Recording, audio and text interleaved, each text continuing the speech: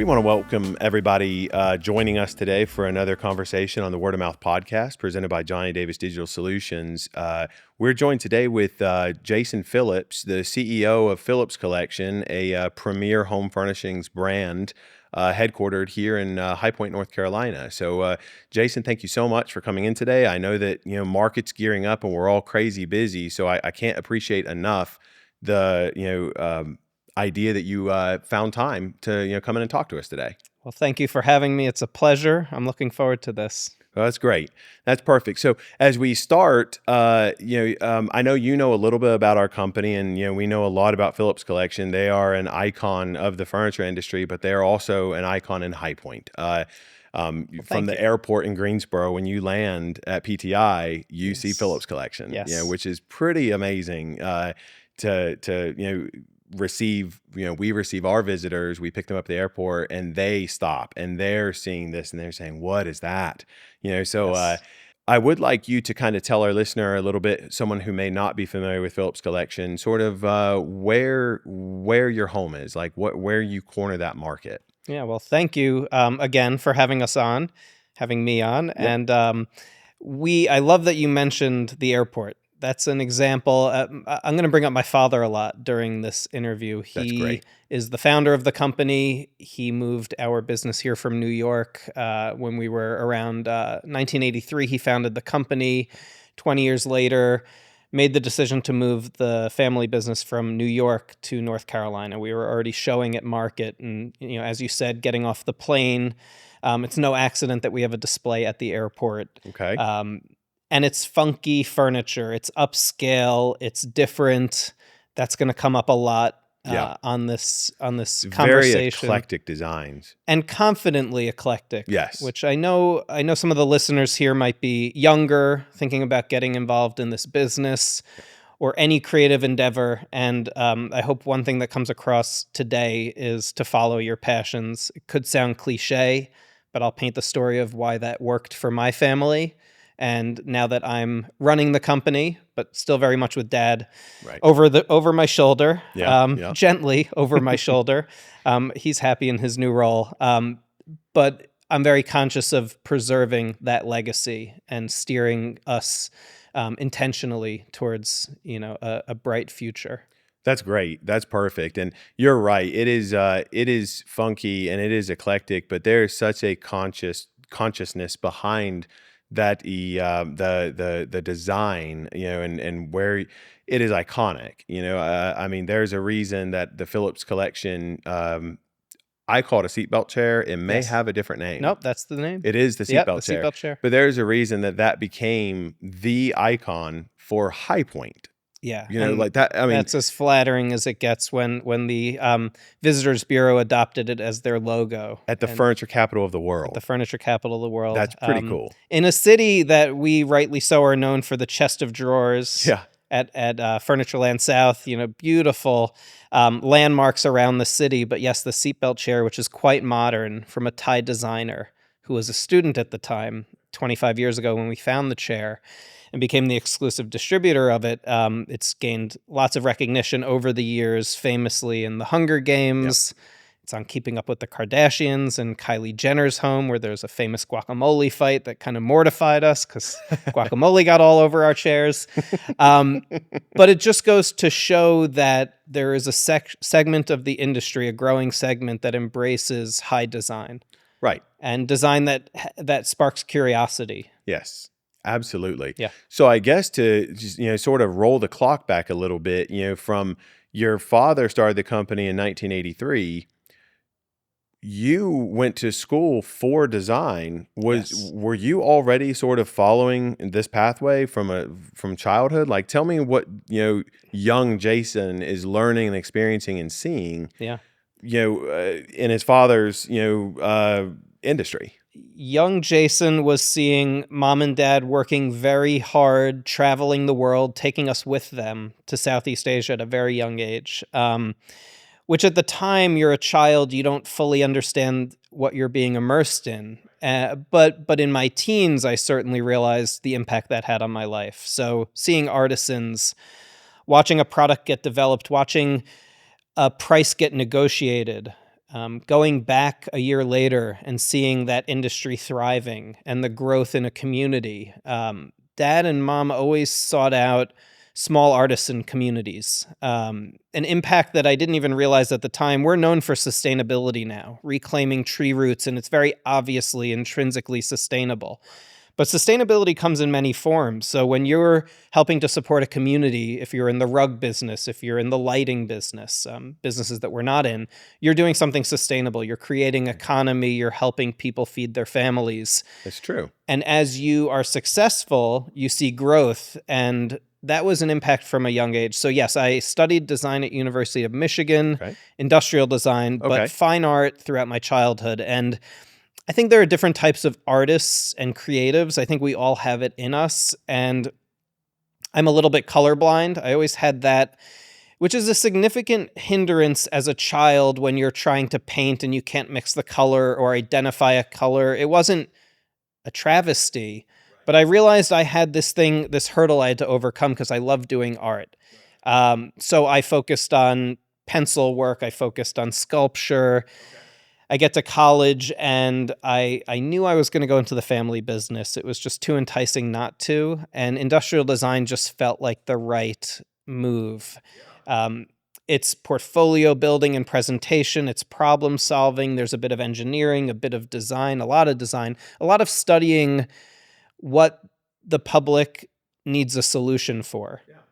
So I loved it, and then came right down to North Carolina. We had just moved the company down. It kind of timed perfectly when I got out of college, and we were a small but growing company here in High Point and have grown a lot since, and I've been very proud and fortunate to be part of that. So a little side question, just because I'm curious, as you're talking about how you sort of approach design, with the hurdle, needing to be overcome with color blindness, Mhm. and you said you were working a lot with graphite and lead and sculpture and things like that. Yes. Is that why when we look at the Phillips Collection line that we see a lot of natural woods, natural metals? Like these are not things that you have to worry about. Is this my green or their green? Yes. This is I'd like to nature's think green. I've steered it to a neutral palette, Okay. maybe subconsciously.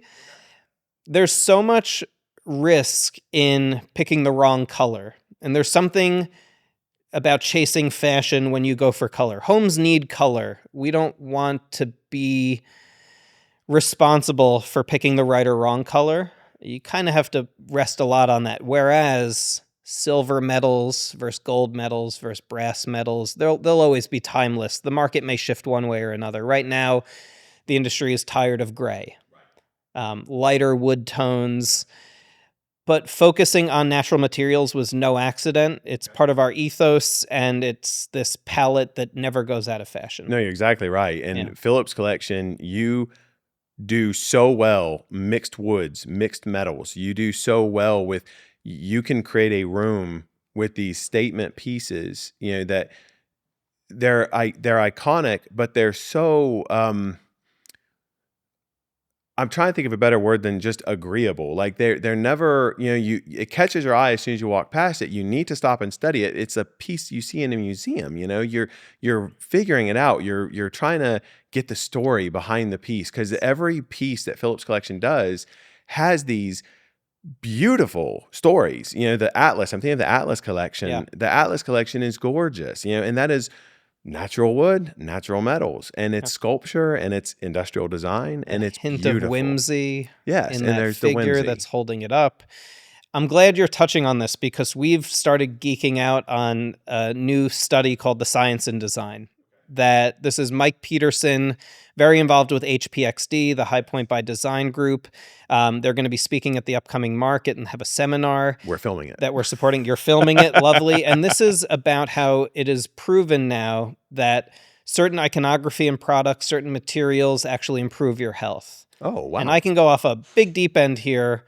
There's probably not enough time, and Oh, I'd yeah. love to leave a little cliffhanger for the audience to go Yes. check this out. For sure. But there are motifs that we didn't realize we were incorporating into our product. Why is a sanded piece of wood mounted on a base universally loved and strikes a chord with you? And it's something in our DNA wants us to be out in nature. So we're bringing nature into the home. It's always been a part of what we do, but now it's sort of once you hear it, it makes sense. You know, we are living in cities, concrete, steel, glass. It's not the natural human environment.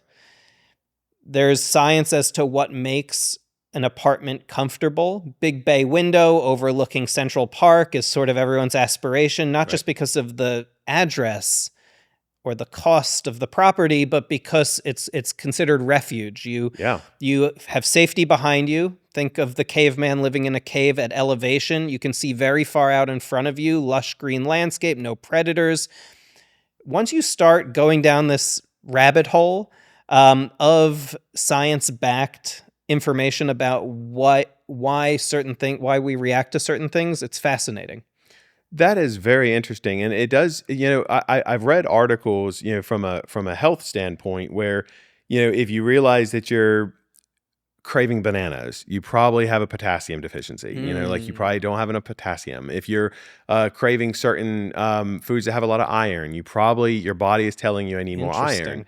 So it Makes seems like sense. what we're kind of telling ourselves is we need the safety and security and the modern convenience of our home, but we also want the beauty and the aesthetic and the grounding effect of nature. Yes. So it's and that makes sense. We have seen, since the pandemic, I have seen a ton of houseplants. Mm, People didn't really care about houseplants as much, and now people that you wouldn't think are just sprouting off these names of these houseplants yep. that we've never really cared about so Yep. much, but people are I realizing love it. they need to have that back in their life, and that is very There's fascinating. a new trend emerging, which is no hard edges. So everything that you're seeing, and we're in 2025 right now, is trending towards curves on upholstery, curves on tables. A home full of curves and soft edges, I think, is a safer home. It is. So I wonder if trends are changing Yeah. and shifting, and if we're improving in terms of what we look at. It's the consumer no longer just wants beautiful. We've accomplished beautiful in this industry, and there's some timeless pieces like an Eames lounge chair that just, I think, will forever exist, but it's got soft edges, it's comfortable, it embraces you. I think it's hit all the things we want. I think we might get to this at some point in the talk, but heirloom quality pieces that you want to live with forever, has always been part of our mantra. We don't feel like you should need to buy a new coffee table every few years to keep up with the Agreed. trends. It should be your last coffee table if you're so Agreed. lucky. Things change. You may want to replace it one day, but you shouldn't have to. So from a construction standpoint, a durability, a timeless aesthetic. But going back to the curves, I'd love to see that curves are something here to stay, Me too. because I'd rather knock into a curved coffee table than a very sharp-edged one, right? Absolutely. And I know you have children. I have a 4-year-old and a 10-year-old, and I Mhm. can tell you that anything hard edge in the house is like just Yes. it's an accident waiting to happen. But it also reminds me, as we're talking about sort of this um a lot of design ends up being very cyclical. And I think that when we're seeing more of these curved edges, we're seeing a modern interpretation of essentially some of the design that was created during the Art Nouveau period, where you had the Mm, waterfall edges on dressers, and you had sofas and Chesterfields that had these very voluminous arms and backs, but it mhm. was a sofa you didn't sit on, you sat in. I love it. And so we went away from that. We got to that Scandinavian design, the very minimal, very sharp edge. And Mhm. now it seems like we're kind of returning back to those organic turns.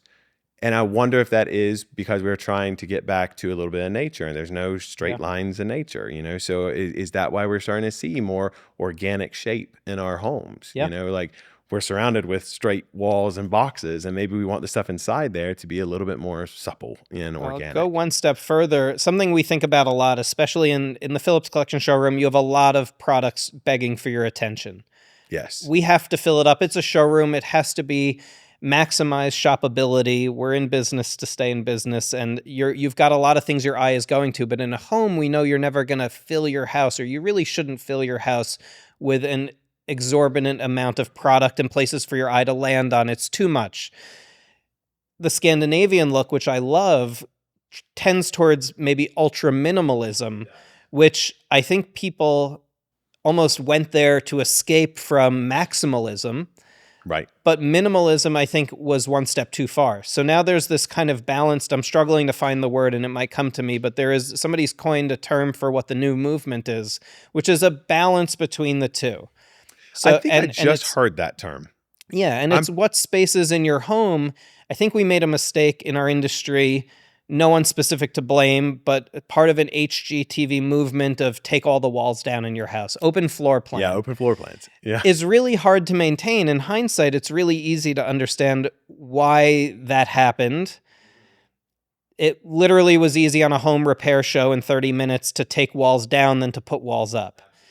But now you've got smells from the kitchen wafting across the house. You can't just clean one space. You can't have this area blue if you're not going to tie blue elements into every other area. So you were forced to have this monotonous landscape with too many things you're seeing, so you had to minimalize it. I think we're moving back towards smaller spaces because as much as you want your kitchen to maybe exude a peaceful calm for the morning light to come in, natural materials, light surfaces, your library, if you have a home that could have a study or a library, you want it to be darker, softer, more comfortable, more relaxing, but maybe the bar area could be louder and more vibrant with harder edges. So, we sell items, not everything in our line is natural soft woods, which do have that calming effect. We have silver rhino heads on the Yep. wall, fake rhino heads. We've been accused of the opposite, but I assure you these were Sustainability. carved in clay and cast in resin.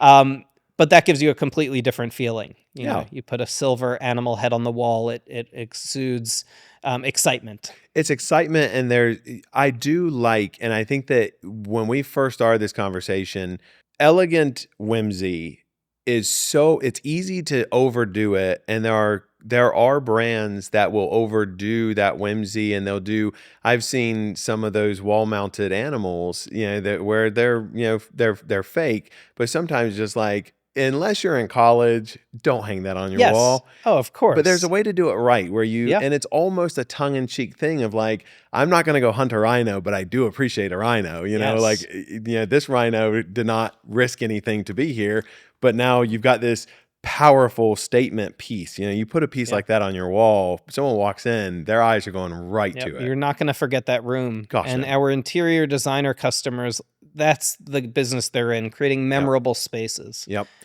Yeah. That makes sense. And when you were talking about kind of creating more intimate spaces in homes instead of those big open floor plans, I think it also helps from the interior design perspective because when you have an open floor plan, you essentially have four walls. And if you are going to just furnish every one of those four walls, it looks cluttered. It looks a Mhm. little less intentional. Yep. Whereas if you have the hallways and the nooks and those small little intimate areas, you can sort of tell a separate story in each one of those Yeah. areas. So when someone comes into your library and they sit down, you want them to feel relaxed, but you want them to feel introspective. Mhm. This is a place where you're with your thoughts, you're with a good book, you're Yep. maybe learning something, maybe taking a nap in the sun, something like that. Whereas you come into, more of a community room or a family room, this is the place where we want to get together. We want to invite you in, like this is Absolutely. community. I think the Um, size of the home also has an impact on that. for sure. I think a 1,000 square foot or smaller home could really benefit from big open floor Yep. plan. You Yeah. get into a bigger home, and yeah, now you're talking about sound deadening. Right. Like, when did I used to think about sound deadening? And now Right. it's like such a big part of our lives. Yeah. It's if a home full of furniture will have less echoing. Yes, And absolutely. there Yeah. are all these things that I think tastes evolve. I think Mhm. the industry evolves. I think taking all the walls down in a home will prove to have been a mistake. I agree. Yeah. And I think that it's more, speaking, just completely personally, I think there's more of you have that moment of like, oh, this is amazing. This is new. I'm New. walking into my door and my house looks different on the inside. But Mhm. then after a while, you start thinking about the form and the function and sort of that push and pull of it. And you start Mhm. realizing, oh, I kind of missed that Yeah. wall there. I kind of missed that door. I'd like to think Phillips Collection as a brand has evolved over time, but sort of like a slow-moving ship of evolution. Yeah. We're not chasing trends, which I think sometimes companies that focus too much on color or trend could feel like fast fashion. Shout out to Palachek, which are friends of ours. Palachek Home stays so true to this California comfortable natural material motif, and kudos to them because not only has it never gotten out of fashion, but just you go to Palachek for that. Um, there's enough business out there for all of us. So you have to, as a company, and Palachuk certainly evolves their look. Every year has something new that's beautiful, Yep. that's hit the mark. You have to evolve, but you, I think, can't be running in circles as a company. Absolutely. Right. And we know that we have eclectic product. I'm oftentimes enticed as to what's next steps for Phillips. I think about mainstream, which is not I don't mean that word in a bad way, but mass appeal. When we do something like a silver tree trunk side table, I know I'm not capturing the entire market. So if I made that a different color, a little simpler, I might get more interest. Do we lose our soul? Do we lose our core customer? I don't think so, but we have to be intentional about the steps we make as a company. And I think some of the best brands out there confidently stay true to who they are. I agree. I think that when you try to change with every whim, with every season, with every new trend and style, you never really develop anything that is truly iconic to your brand. Yes. And I think that what Phillips Collection does well, they are a Coca-Cola. Like they are as classic and as signature as it can possibly be. It's iconic. At a moment's notice, you're looking at a piece from Phillips.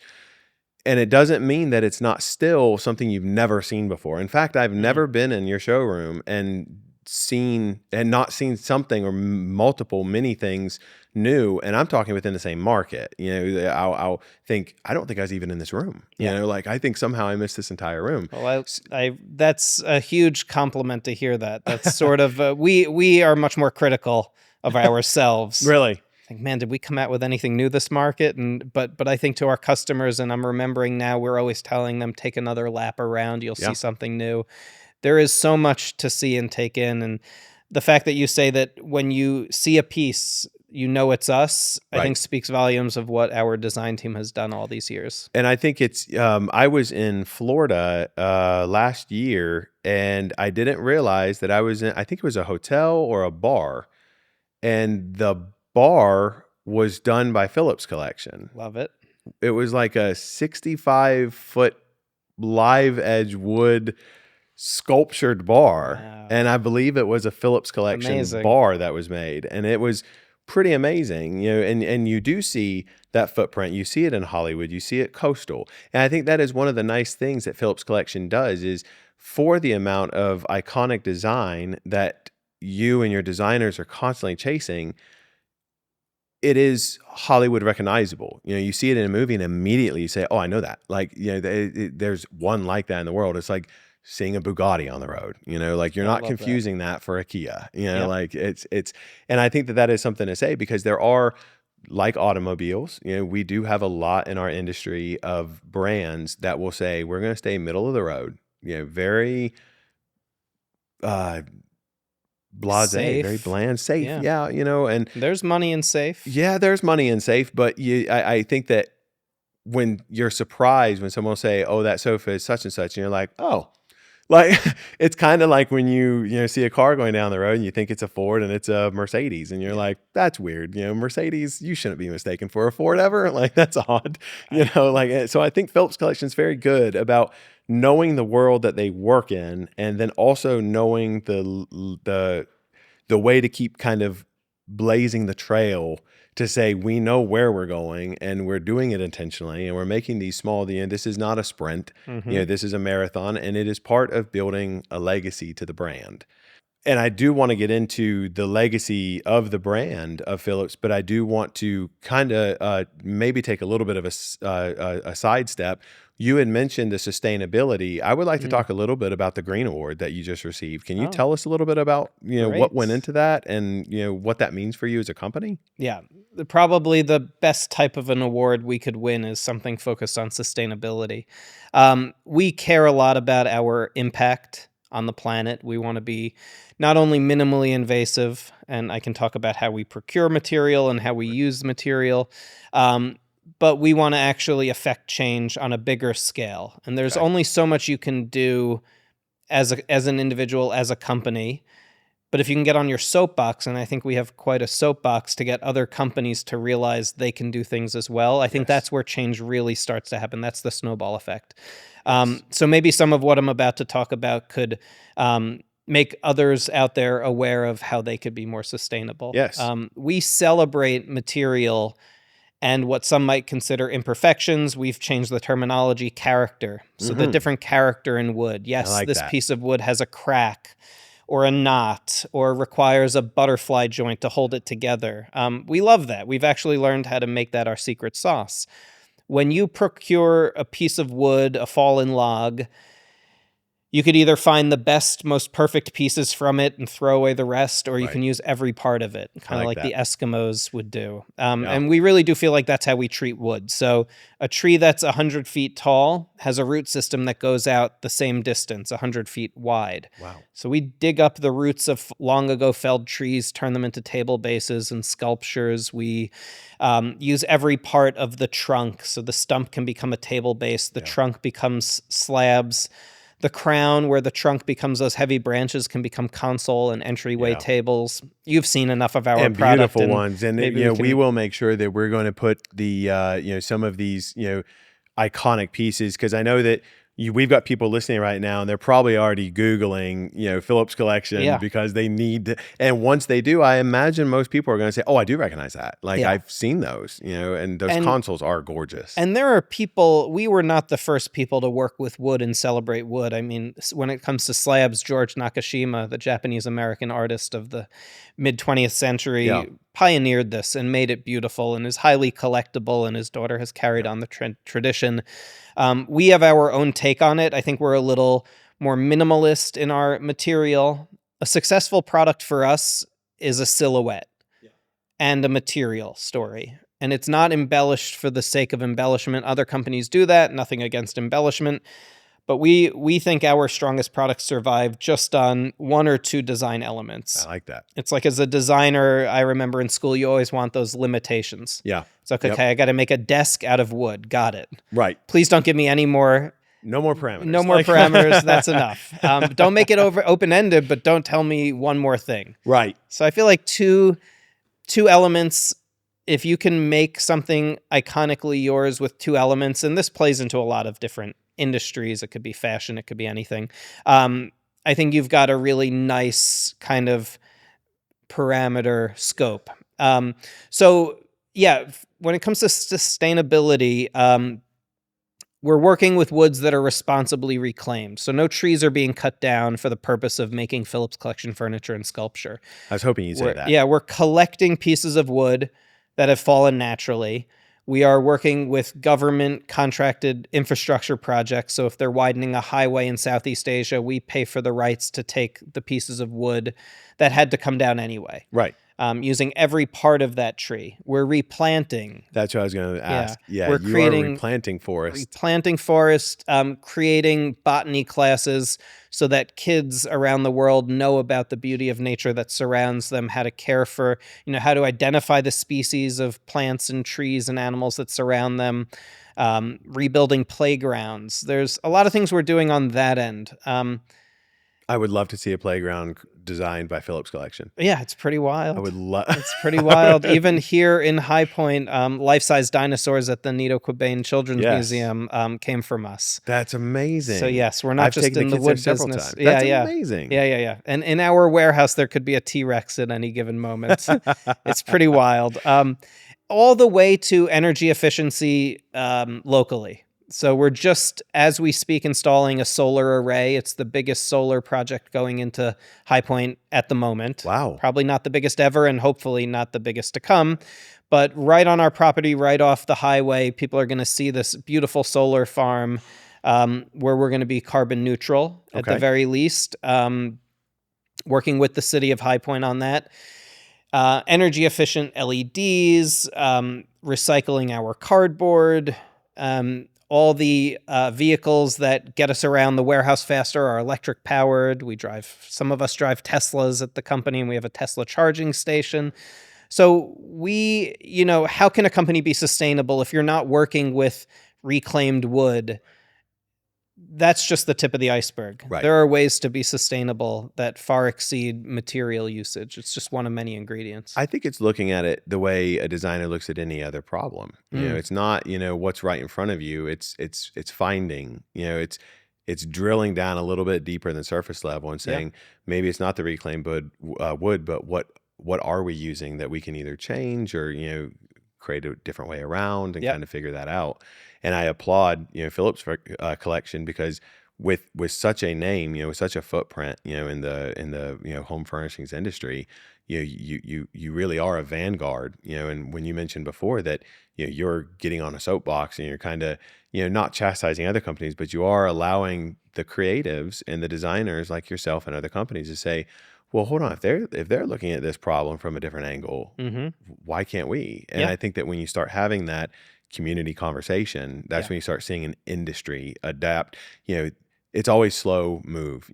For years we've had small little panel discussions during the market about green furniture, Mm-hmm. green movements, and it's always been sort of yeah, it'd be nice, but and now the last couple years you're really starting to see concentrated, not just panels, but entire advocacy groups that Yeah. are really kind of pushing, this is how you make this beautiful, this is how you make this sustainable, and this is how you make this iconic. Yep. And all three of those things can, you can Venn diagram those together, and if you can place yourself right in the middle of that Venn diagram, you've got a huge future ahead of you. And it's good for the planet. It is. So, of course, on one end, I could say I'd love to sell you a new coffee table every year. Right. That lines my pockets. But I want to make a table that could last your lifetime and hopefully aesthetically is not something you want to get rid of. What's a sustainable piece of furniture? Fast-growing bamboo, a Right. low VOC finish on top of it that's highly durable. But if that's a table that you're going to want to replace every few years, is Right. that more sustainable than a hardwood table with maybe a higher, um, maybe something that has more particulates to get into the air in terms of the finish that goes on it? I'm not here to say one is better than the other, but there's an argument to be made that if it's a one-time production over 50 years versus a very renewable, every 5 years you're replacing it, which is more sustainable?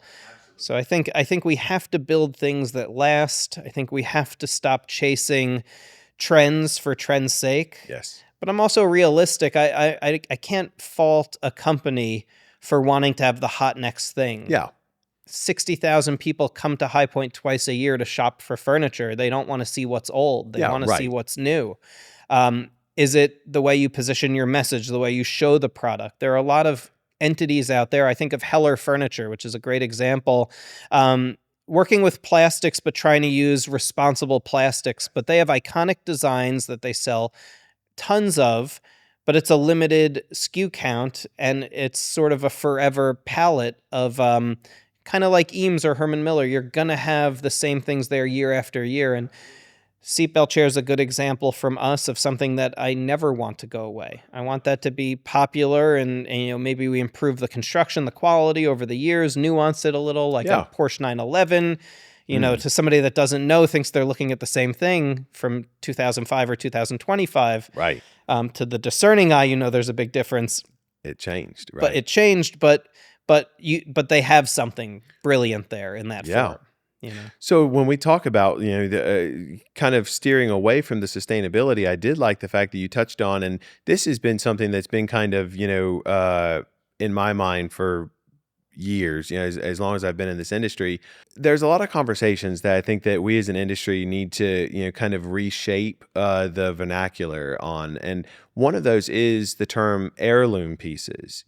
I think that the majority of the public, when I would say the word an heirloom piece, they're picturing an old shaker style credenza from 1983 that, blah, blah, blah. And so when we talk today and we say, well, why are we going through furniture so fast? Why are we in such a disposable, mindset when it comes to furniture, beautiful furniture? Why aren't we making more heirloom pieces that are able to be passed down? Because you're not talking about the design being sacrificed there. You're talking about the quality of the material and the durability of not just the construction, but the durability of the design, the longevity of the design. And I feel like if we can start having more of a conversation about the sustainability, build a beautiful cocktail table, build it beautiful, build it sustainable, build it beautiful. Don't throw it away in 3 years. have that be something you're going to pass down. I'm constantly reminded of.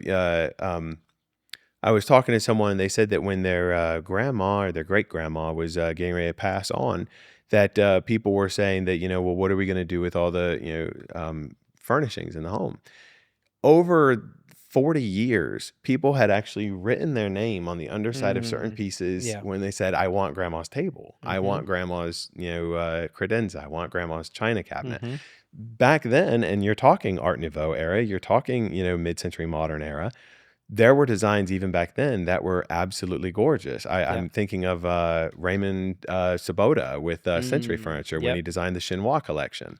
That is just as iconic today as Yes. it was when he first designed that in the 60s. And, if you have that and you're passing that down to then say, I'd rather get something new and just throw it away. It just seems like that is such a crime, not just from the sustainability side, but from the design, the legacy, and the icon. Well, I think you nailed it. I think grandmas and grandpas have to etch their names into the furniture, and That's then we'll exactly. keep it. Yeah. If nothing else. But it's very interesting. I think limiting elements that might get dated. Right.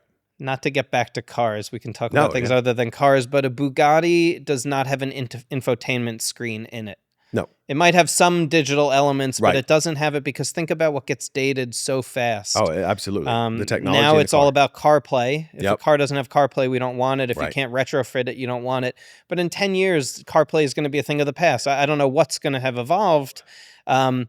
Not every car company can afford to do that, but Bugatti brilliantly just puts a clock, an analog clock, and that's what you have. You've got, yeah, and it's you can't date a Bugatti for that reason because it's sort of the first thing your eye goes to. So whether we knew it or not, limiting the elements that go into the design of something, an embellishment, a mother of pearl inlay could be super hot right now, but it's not going to be hot forever.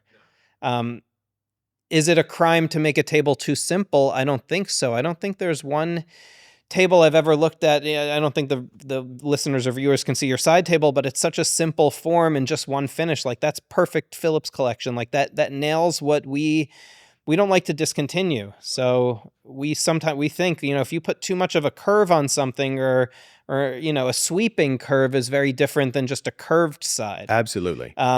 It could date it. And refinishing furniture, I think, gives it a whole new life. I'd implore anybody out there that's struggling with, do I keep something or not, to maybe pay to have a piece refinished. Absolutely. It just changes. It's brand new again. But for God's sake, and anyone who's listening out there, don't chalk paint your pieces of furniture ever again. Like ever. Yes. Like that was such a... Yes. that went on far too long. Yep. Let it go.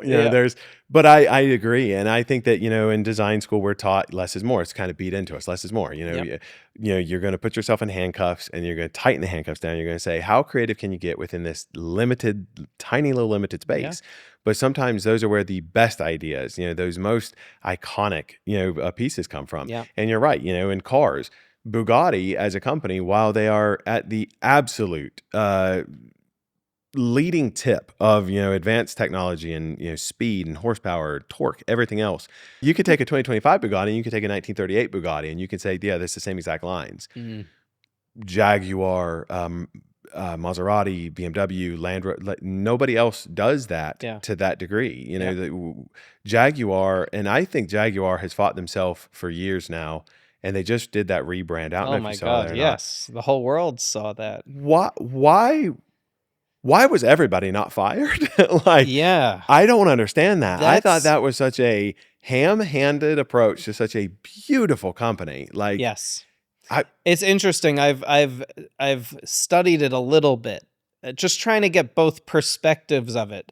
And I think they knew they were on a sinking ship, in their opinion. And I don't know the financials of it, but I think there's a difference in slowly becoming out of favor and righting the ship, and maybe their financials were at a point where we have one last shot at this and we're just going to be an entirely new company. They definitely got talked about. Yeah, I mean, they say that, what is it? Any press is good press. Yeah, but I think their realization was their core audience was aging. They missed an entire demographic, and now they're going after a new generation.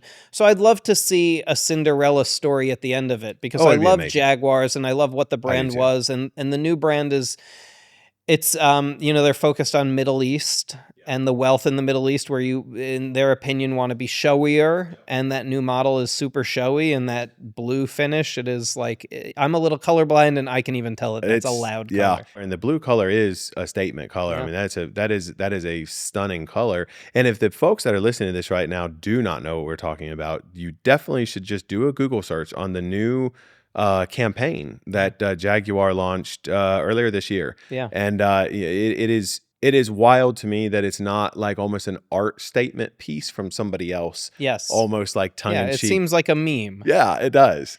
of a But maybe company that's what that they were had, going I mean, for. it's very obvious they had one shot, Yeah. and they took it. We'll see what happens, Yeah, but it is wild. that is You exceptional. know, I often think about where I just took over running the company. Dad is still very much involved in traveling and doing what he does so well, which I'd love to talk about. I would like to get into that, the Indiana Jones Yeah, and it's story. sort of like the what if. And I Right. think not many companies are fortunate enough to be able to say what if. We're Yep. not a giant company, but I think we are a company that's able to say what if. And that's what my dad's always done. He's very entrepreneurial. Entrepreneurs geek out over starting something new. There's whether they're addressing a problem in the world. What if cars could be electric? What if we got off planet? Not to let's not go on an Elon Musk tangent here. But Dad has always looked at materials and regions of the world that are underdeveloped and said, what if we could take a chair like the seatbelt chair and expose it to the world? What if we could modernize Live Edge? What if we could take material from a factory in the Philippines that does resin casting and cast pieces of wood and cast rocks and turn them into these really funky products? And we've been doing it, and there are a lot of what ifs that turned out to be failures. I think we have a great marketing team that positions us to look like we've never made a mistake Oh, ever. yeah. I mean, Credit to honestly, the marketing team. But no, but I love that we're a company that says what if. So now that I'm running the company, one of the things I try to think about every week is that question: what really. if? What if we did this? And I'm not my father, but I look up to him. He's my mentor, and I've worked with him my whole career. Um, Do you have his shoe collection, or are you oh still building no, that, my or is God! that? We have different shoe sizes. To anybody that doesn't Well, know, that's a there's good thing. basically like there should be an Instagram account. There should. There's probably a handle for There my should. father's shoes at market. I mean, even at Atlanta Market a Mark decade shoes. ago, 2 Chains, and my father had a shoe off, No way. if that's even a term. But we can coin it today. It's a They had shoe a off. shoe off, and yeah, my dad was in like iridescent, pearlescent Louboutins or something, and 2 Chains had some pretty cool shoes on, but he was more interested in Snapchatting, or I think it was Snapchatting at the time, TikToking now on my That's so dad's funny. shoes. Yeah. Yeah. And I was like, Dad, do you know who you were just talking to? He's like, I had a feeling it was somebody famous, but no, who was it? So he's pretty cool. Yeah. My dad is an icon, and he's one of these that's like not even aware of it, or not even it was never a goal of his. Right. He is certainly not affected. He is one of the most Yeah. down to earth, humble And not to, gentlemen that he's I've pretty ever spoken dapper to. now, but 20 years ago, he was in the grayish or beige that every other professional in the industry wore. Yep. He had his glasses, and now he's got, I think LASIK at this point, but Right. contacts he shifted to. But he's had a glow up Yeah. without even realizing he's had a glow up. And yeah, he's pretty cool. Well, that is fantastic. So tell me about, we talked about when, you were a child and you were kind of unaware of kind of this incredible childhood that you were a part of with international travel and these, found priceless artifacts, Yep. so to speak, as they were being cultivated and unearthed, and all this is going on. So when you got to be a teenager, you did start to appreciate what was going on. So tell me a little bit about that teenage experience of that kind of Indiana Jones effect. Like, what was your school life like? Your friends are talking to you one day and then you're in Indonesia, Yeah. Oh gosh, I have that's to take a trip down memory lane adventurous. here. I know I look young, but I'm in my 40s now, and yeah, I grew up on Long Island, New York, which is very much a bubble. And I don't really feel like that is my world, but our world ended at New York City, unless you were fortunate enough to travel. So yeah, from a very young age, I realized there was a bigger world out there. There was poverty. There Mm, was a pride for centuries and generations old craft of your family. We would bring our old clothes with us and just see the driver we had, his face light up as he distributed them to the community. that's awesome. We didn't have, I later in life started working with the homeless, feeding the homeless, and that like nourishes your soul and is Absolutely. like healthy for you as much as you're helping other people.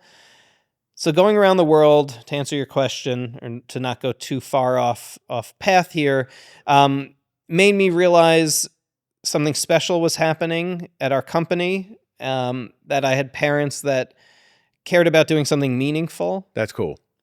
It was never about the money, and realizing the success came. I think at many companies you have a few moments of hockey stick growth, and I was there for two of the three, I guess you Okay. could say. One happened before I was involved in the business, and you realize that comes not when you're chasing it. It sort of comes when things line up, when you have the right mission or the wrong mission, I and like that. all cylinders are firing in the right direction. I like that. And I Yeah. think that there is, I'm reminded of Phil Knight, with Nike. Yep. One of the principles that Nike laid out from day one was, if we do the right thing, we'll make money damn near automatic, was the Yeah. way he worded that in Mm. his company directive. And I think that we as a company, as a creative agency, we've been in existence for 15 years, but only over the last 3 or 4 years have we decided to kind of take our company into more of a, let's see what we can do. What if, we started adapting to that too. And in doing so, we didn't say, how do we make more money? We said, we are storytellers and we Mm. are stewards of a lot of the stories that come to us. When we talk to designers, we talk to furniture designers, we talk to manufacturers, and we hear all these stories, all of these. I call it the Steve Jobs story. When Steve Jobs passed away, within the first 12 to 18 months of his death, we saw two big budget Hollywood biopics made about that man because there was so much more to him that we didn't know.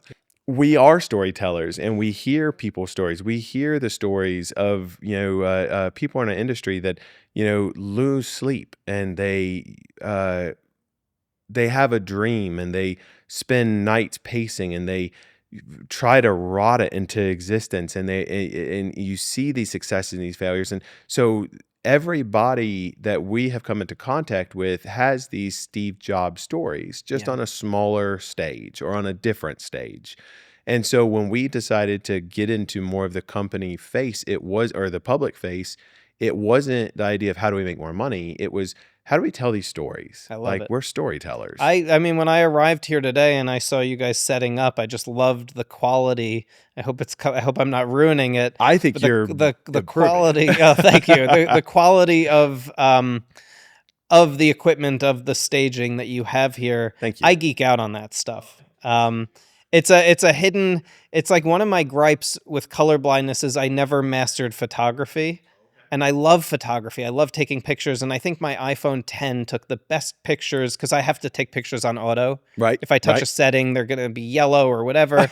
And I used to try and try and try, but I was geeking out on just how professional your set was. Well, That's thank you. why a Netflix production on rugby, I can sit there watching because it's telling a It's the story, storytelling. well edited, Absolutely. and high production value. Yes. I read a blog recently. I'm curious how you guys feel about this.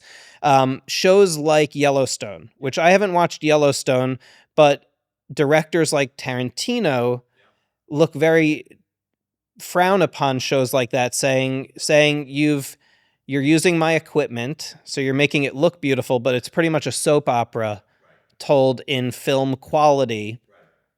There's something to it, Tarantino film. I think somebody like that shouldn't get too high on his horse. He should Nope. just let his work speak for himself. Yep.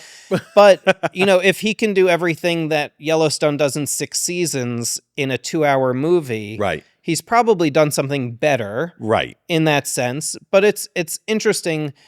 We all have become our tastes have improved so much as a society.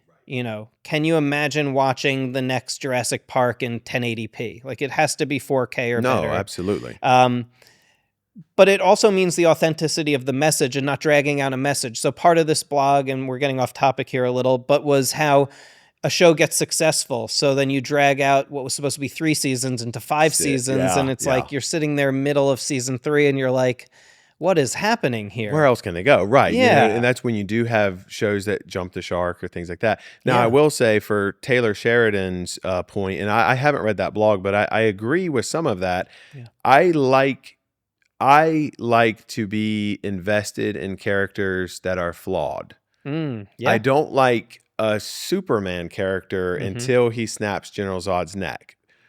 I like a flawed protagonist. And Yeah. I think that Taylor Sheridan has always been very good, and Yellowstone and all of those spinoffs, as well as the Mayor of Kingstown and the other shows that he's done, he's always been very good about nobody is good. They may be good to their own family, but maybe not good to someone they're dealing with business, or maybe they're shrewd here, but they're generous here. Yep. I think that it's more relatable, and I think that that's why it is a kind of a soap opera is really what you're talking about. But, we've always kind of done that as a species too. If you go back to the Westerns of, the Sacketts or Lonesome Dove or Gunsmoke, or, Yep. we were falling in love with the characters because we were living and dying with them on screen. Yep. And their flaws. You're And absolutely they're flawed right. individuals. Yeah. When you get the sheriff in the white hat, he does no wrong, you can't really relate to him. When you get the John Wayne character in The Searchers, and he is a hyper flawed individual, but you're still rooting for him. You want to pull for him because that's the world we actually live in. Yep. None of us are perfect, but we like to think of ourselves as more good than bad. Yep. So and that's the stories that we actually like to tell in our studio. We like the stories of the suffering. We like the stories of the trial and error and then success, because that success is so much sweeter. When you're talking about growing with intention, growing because of the desire to improve the world around you, and then having the world around you say, we see you and we embrace this. Yes. It's not easy. I mean, how many meetings does your company have on we'll just say a monthly basis regarding sustainability? And that it's not an easy conversation. Right. It's not an easy direction. And it is easy to kind of overlook the importance of that as we move forward, from where we are to where we want to be, without going into the Elon Musk conversation of, Yep. Yep. Hey, there's so much talk about big picture thinking though. I mean, yeah, if things go the wrong way, and I'm a forever optimist Me too. for our planet, our species.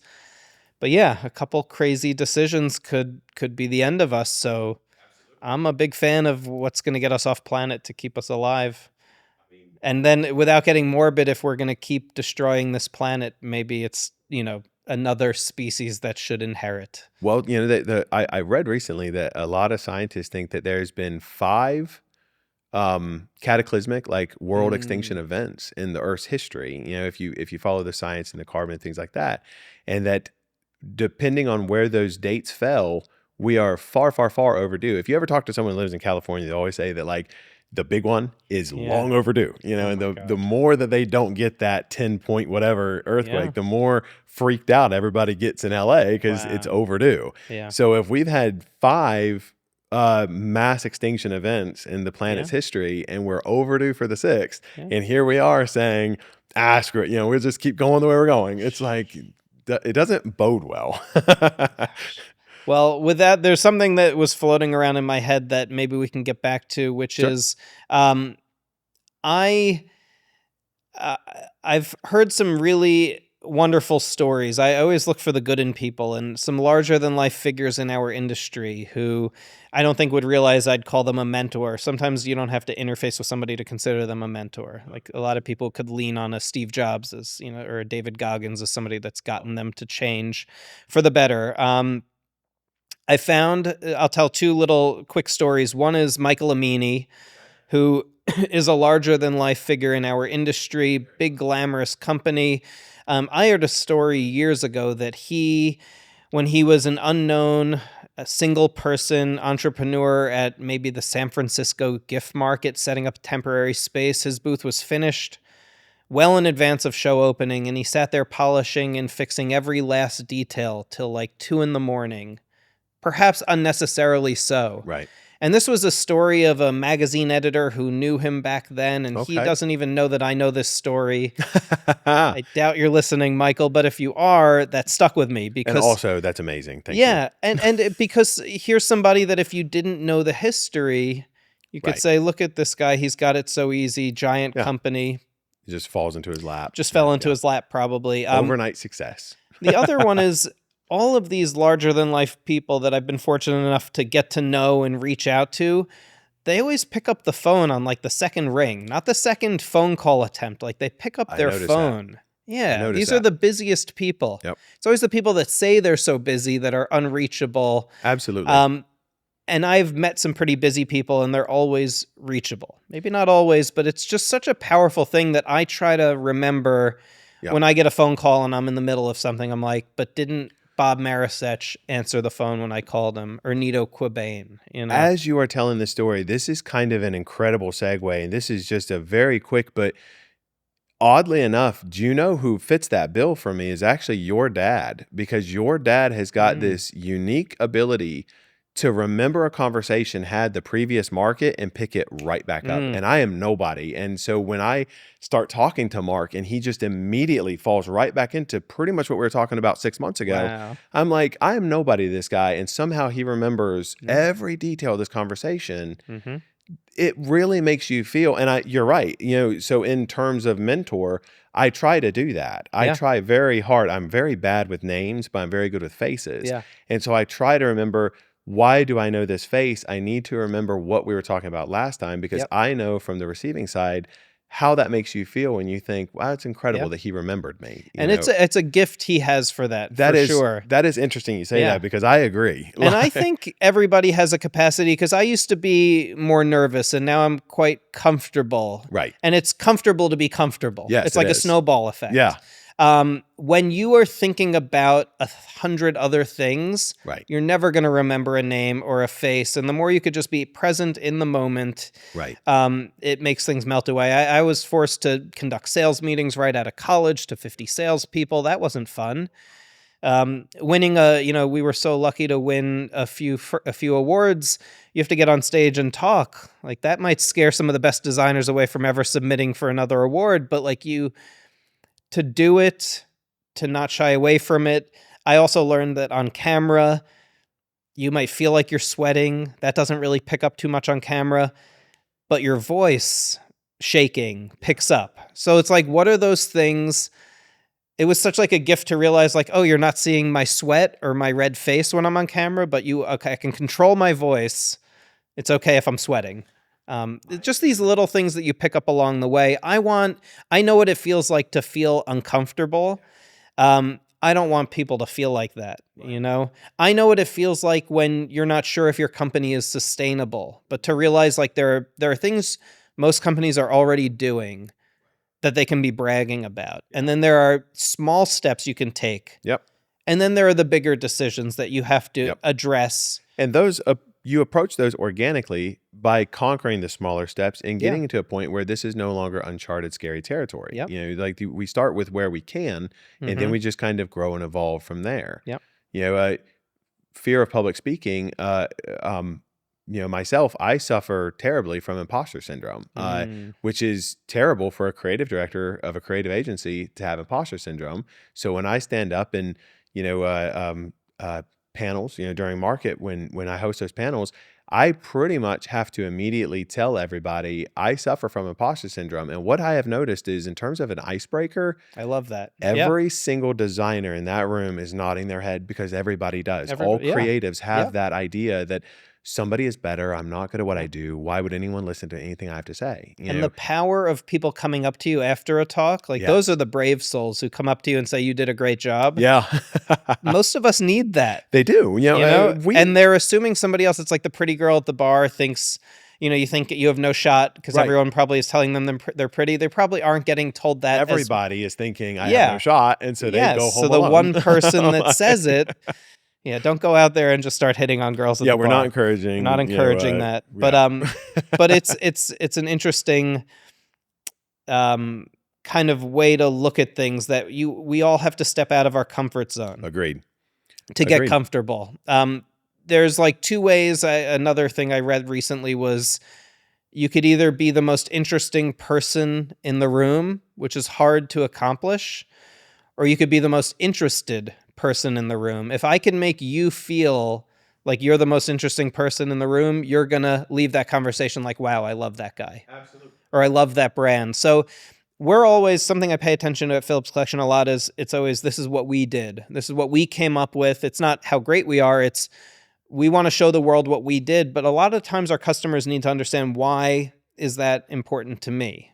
My best customers, and I say that kind of like the easiest people to join our ecosystem, are people that just get it right away. But that's not everyone. So for the rest, who I think could become customers, it's about telling them why purchasing from us is going to improve their projects, and we're going to be seamless to work with, and you're going to get all the wows you wanted. But like, what is it that makes potential customers tick? And even for your business, companies that want to tell their story, that feel like they haven't told it properly, that you get in front of and you show your portfolio to, whether it's a brewery and they're selling lamps, they're like, I want that. Right. No, And it's just communicating that you could tell their story. absolutely. Who doesn't want to tell their I story? heard a long time ago, and it's a longer quote, and I won't even try to remember it, but a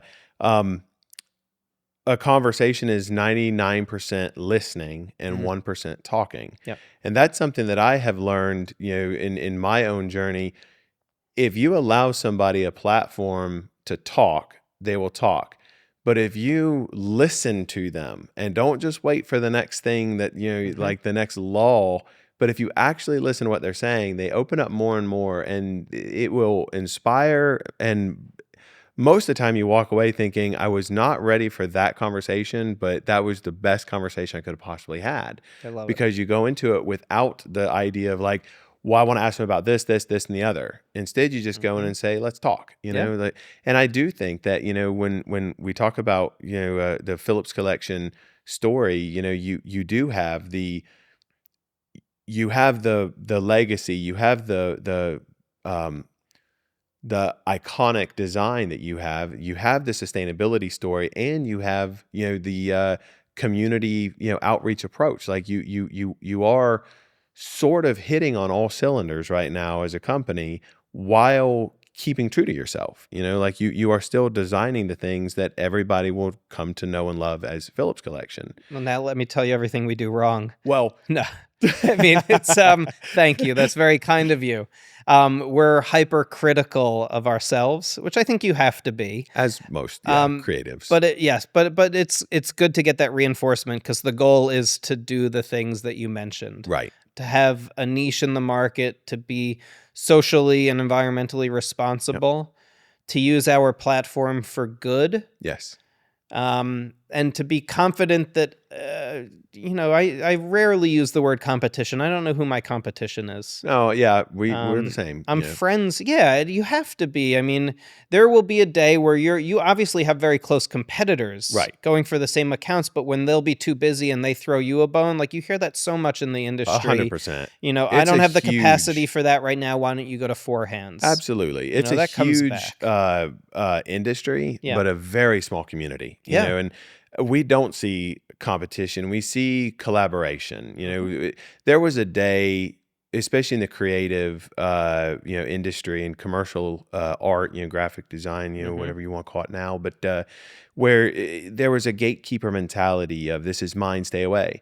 We and us as a company, but the folks that we align ourselves with, we are all very much of this is a massive industry that we're in, and there's a place for everybody. And our customers are, we want to introduce our customers to other people. We want to get to know other people. Yeah. We want, I believe, and I've said before multiple times on this podcast, we are on the cusp of a second creative revolution like we saw in the 60s. And I Mm. think that if we continue the collaboration, if we continue the conversations around design, sustainability, and togetherness, that idea that this isn't a silo, and there's no reason to, gatekeep secrets and, things Mhm. like that.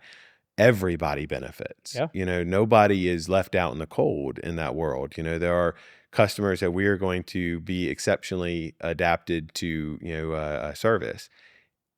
Part of that ability to service that is to know, who'd be a perfect fit for you, these other people that we work with. They're going to realize your look. Here, here. And I Yeah. think that that's important to know that. But I think, I believe in karma. If you put it out there and you continue to kind of push that positive, energy into the Mhm. world, it's going to start becoming cyclical. You want to start seeing that come back. And Yes. I don't like the idea that, design, I talked to this, quite a few of our guests about this, but, the idea of a designer, when you say I'm a designer and someone will say, oh, well, you must design, posters or something. Design is such a massive word, Yeah. and I think that the more we're starting to accept the fact that it is a ecosystem within the term design, Mhm. and High Point is positioning itself as a mecca of design, not Yeah. furniture, but design.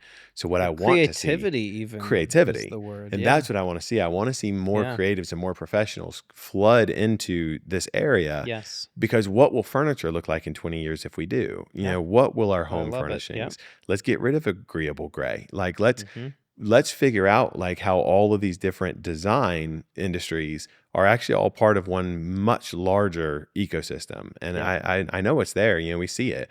Automotive design influences furniture design. Yep. Furniture design influences fashion design. Fashion design influences home design. Mhm. Like we have the ability to do this. And if we stop isolating ourselves from different parts of the word design or Mhm. creativity, I think that the entire world Yeah. benefits. We are I the world. yeah, well said. I have nothing to add to that. But I do think that yes, I think things are trending that way quickly. The new generations, and they're almost micro generations, don't want what their parents had if it's jammed down their throats. So it's like they want to put their own print on things. They have taste, they have confidence in their look. There's enough stuff out there. I think we all just have to fight fast fashion, and you're seeing a lot of it come. We source product around the world, but I'm talking Right. about cheap disposable product coming in Yep. through mass markets, Temu, Yep. Shein, Absolutely. all of that. It's the the carbon footprint of that is It massive. is. It's absolutely massive. It is. And it's disposable. It doesn't bring joy, it doesn't Yeah, bring a purpose. And if it does, it's a hyper limited purpose. But yeah, the harm that it causes, not just to the environment, but to other brands. If you say brand A makes a watch for $500, hmm, brand B can make almost the same looking watch out of much inferior parts, but hey, it's only $20. hmm, Use it for a day or two, it's going to break, and then throw it away, and then go back and go buy another one. You're hurting the quality craftsmanship story of those pieces that do have that painstaking care, the yeah, legacy, the design. You're hurting the quality story of your entire industry by introducing these very disposable, very, have it today, throw it away tomorrow. hmm, And I personally, I would love to see things like that. And I don't know how we reverse that necessarily, yeah. because I think that Sort of unfortunately a a lot of our learning curve. younger generations are more Yeah. inclined to be disposable. And look, we're humans, so sometimes you just have to hear it. You have to Right. experience it. Yep. You can tell me the stove is hot. I'm gonna try to Still touch touch it. it. Yeah. I need to know. Yep. How Spoken hot like a is it? dad. Is it hot for you or hot for me? All right, that's hot for both of us. Is it warm? Yeah. But yeah, there are so many lessons that you just have to learn. Right. Um, I feel like I'm stealing from Chris Williamson, the Modern Wisdom podcast, but he talks about this a lot. He's very introspective, and it's there are certain lessons that and tragic moments. You lose a loved one, and you grieve, and you realize how many toxic things were in your life, that it could sound cliche in those moments, but it's like you had to have experienced it. Nobody can tell you that. You can't just internalize a soundbite. That's why it's lovely when you can hear something, but sometimes you just have to experience it. I agreed 100%. Hard work pays off. It's not the destination, it's the journey. Absolutely. How can you know that without doing it? I agree 100%. We are honored and privileged enough to work with so many amazing creatives. And one thing that I have noticed, and it's something that I don't know that I've ever heard this anywhere. So if I'm ripping it off, I apologize, whoever originally said it. But from what I have found in my career, and from the time I went to school up north, and I was slated to go to the CCAD, graduating high school, but 9/11 happened, things changed. The idea of creativity is not something you set out to achieve. You do not, as a creative, you do not say that's going to be my look. It is a rear view look. You get down the road a little bit and you look in the rear view mirror and you say, that was my look, like that was my style.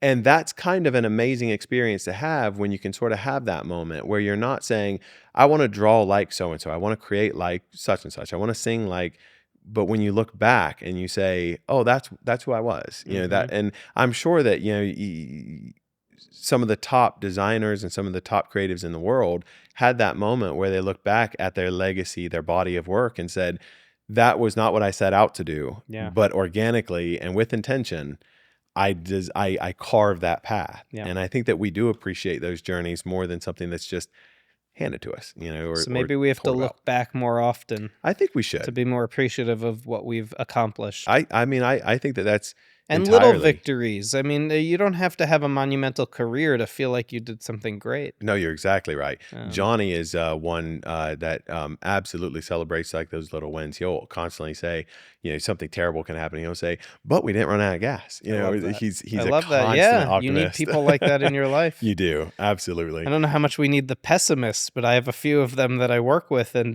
yeah.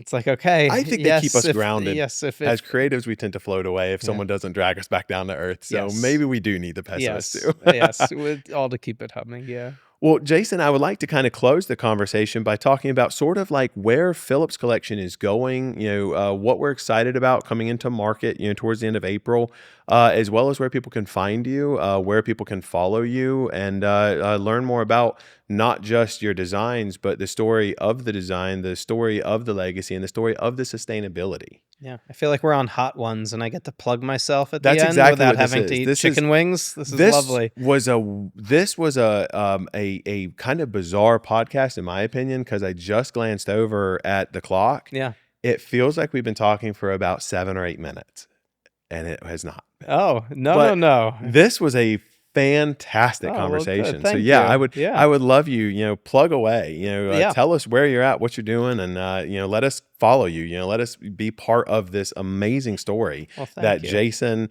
Mark, the entire Phillips Collection family is on. Yeah. Well, there's always a lot of new coming. So between the High Point markets and the Las Vegas markets, you will see lots of new product getting into more of the home.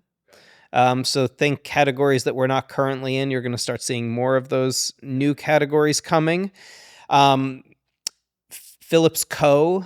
is our social media handle. So we're very active on Instagram, Facebook, LinkedIn.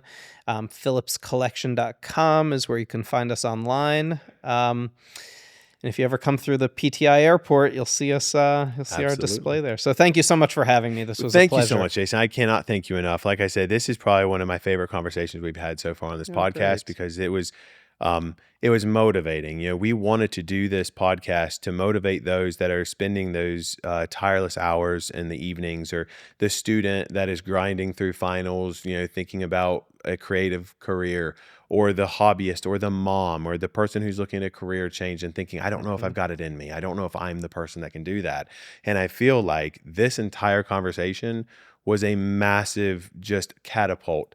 And I hope that somebody Good. takes the conversation that they heard from you today and they say, I can do that. Like, I can Mhm. be the person that stands up. I can be the person that changes the Yeah. future. And I can be the person that, creates something that is iconic, in Yeah. my own Work life. work hard and celebrate even the mini victories. I love And I that. think people will be okay. I love Yeah. it. Thanks so much. My pleasure.